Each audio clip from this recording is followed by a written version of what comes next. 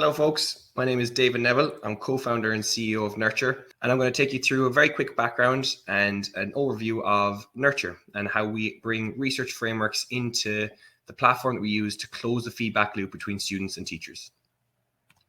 So if we go back to the problem we originally saw, the challenge of a classroom environment is that a teacher has 25 students on average, and that makes it really hard for them to connect with their students on that individual level. Now, why does that matter? Because we know how impactful that connection can be. That the students who do receive the personalized instruction perform better than traditionally taught students. So when it's that compelling how effective that can be, how do we make that possible in the digital environment? And what we've learned over the last number of years post-COVID is that now, because more and more of assessment and feedback is happening online, we can bring the pedagogy into that process so that our teachers and students can have a more meaningful human connection than they would have been able to have before. So the way we look at this is it's about closing the feedback loop.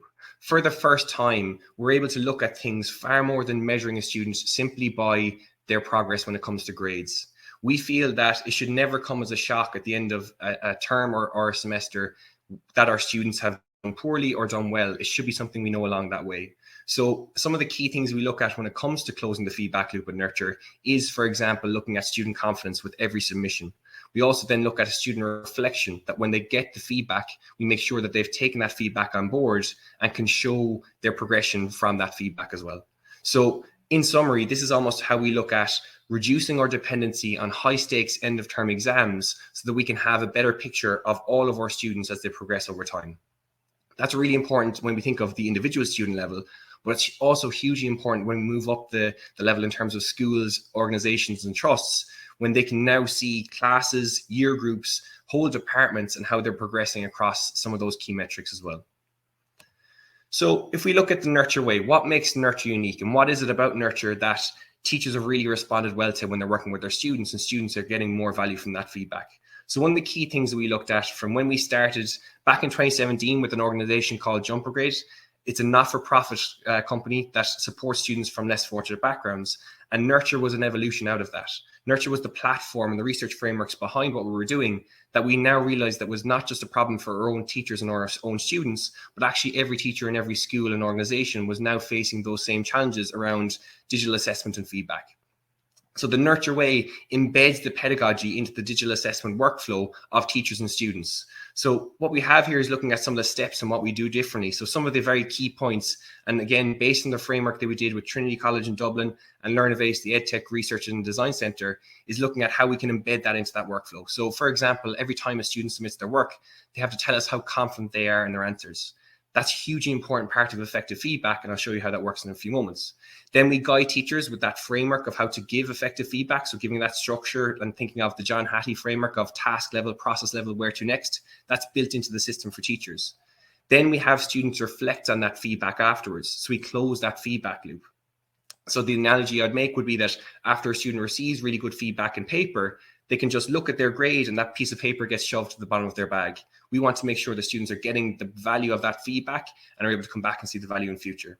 And the last part of then is how it feeds into a learner passport, how we can look at a student's progress being so much more than just their grades, and looking at student confidence levels, engagement, reflection, being key factors within that as well.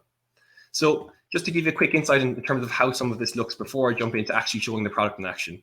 On the student's end, I mentioned with every submission, they get to tell us how confident they are in their answers. Again, being research led in our process here is really important. So when a student submits their work, the teacher can now tell that the student who is overconfident and maybe didn't do as well versus the student who has low confidence but did really well themselves.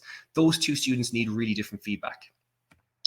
Similarly, then, if we look at the structure we give in this, and I'm actually just going to jump over to the product now and actually show you Nurture in action when we talk about that reflection piece.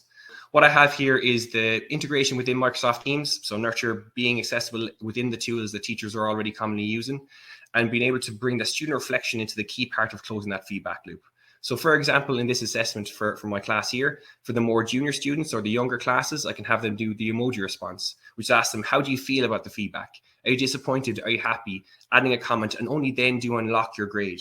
So what we're doing is removing that ego response and having students reflect on their feedback before they actually get to see what the score was in the end. Then even going one step further in terms of that being research-led is the 3-2-1 response, that after a student receives their feedback, they're now asked to tell us 3 things they've learned, 2 things they found interesting, and 1 question you're still left with. And again, only then are they allowed to unlock their grade. So what we're starting to see, and it's really exciting when I talk about it in just a minute, about how this impacts our learners and the outcomes of those we work with, is the healthy habits they're building around feedback. Not only do they get more value from the feedback at that point in time, but they also get the benefit of seeing the results from that feedback and coming back to it in the future because they've seen how powerful it can be for them at that point in time as well.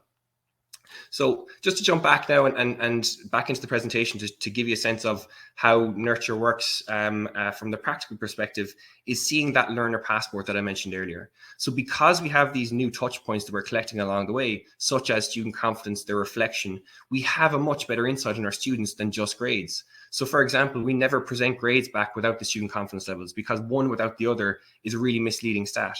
Similarly, now you can look at this from an individual student level where we can see their progress over time, where confidence is too high compared to their actual score. Is there a bit of resetting need to be done there? And also their engagement score that's informed by whether a student has been engaging with the feedback, have they been reflecting? All of these factors are taken into consideration. But this is the individual student view. What's really exciting is it move up the chain of command within schools, organizations, is the insights you can start to see in terms of classes, subjects, year groups, and the insight that this can give us as well from Nurture's powerful engine behind the background. Last thing that I'm going to touch on, and this is kind of to bring it home in terms of the impact that we've seen from the teacher-student perspective as well. Being research-led is a hugely important part for us. We have a PhD that's ongoing through the School of Education here in the University of Limerick, and looking at the learning outcomes of our students, where 9 out of 10 students report an increase in confidence when they've used Nurture for 12 weeks or more, with an average grade improvement of 14.6%, which is really powerful. And I think it's really important for both teachers and students to see the value in this. Students see more value in the feedback, teachers get to save time and improve the quality of their feedback as well. And as I approach the end, I'm just going to talk about where we see this going within Nurture and talk about, let's say, where the application of Nurture sits. One of the things that makes us really unique is that we're subject and system agnostic. We started working with secondary schools, and I've also now seen Nurture being applied from primary school level up to higher education, further education, and in time we want to build towards corporate learning. So this is where, from our perspective, the Nurture assessment model is not about just, let's say, the teacher and the student's background, but it's about how to help be the experts in feedback.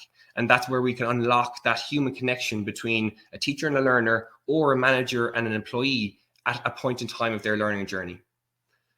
And I might just finish with this point in terms of looking at the application, the value that we can bring at the different levels of those that we work with. So taking one particular example, we work with Charlton Collegiate Academy, who are an exceptional school in the region of Birmingham, and seeing the different layers of value that Nurture can bring. So starting at the bottom with the students, I think it's most important to think there that students really like the power of the feedback. That this student here talks about, I can see how to improve really easily, and set out in a nice way, that they actually notice themselves an improvement in the band from band 4 to band 5 in their particular subject of English.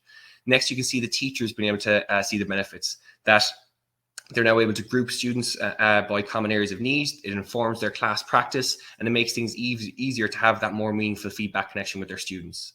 And when we look then at school leaders, so from a principal level, Dave Irish talks about how he was able to see sitting in a class and students telling him that they're more likely to engage with feedback, and the motivation that comes in the back of that. So that's really powerful for introducing that positive change within the school system.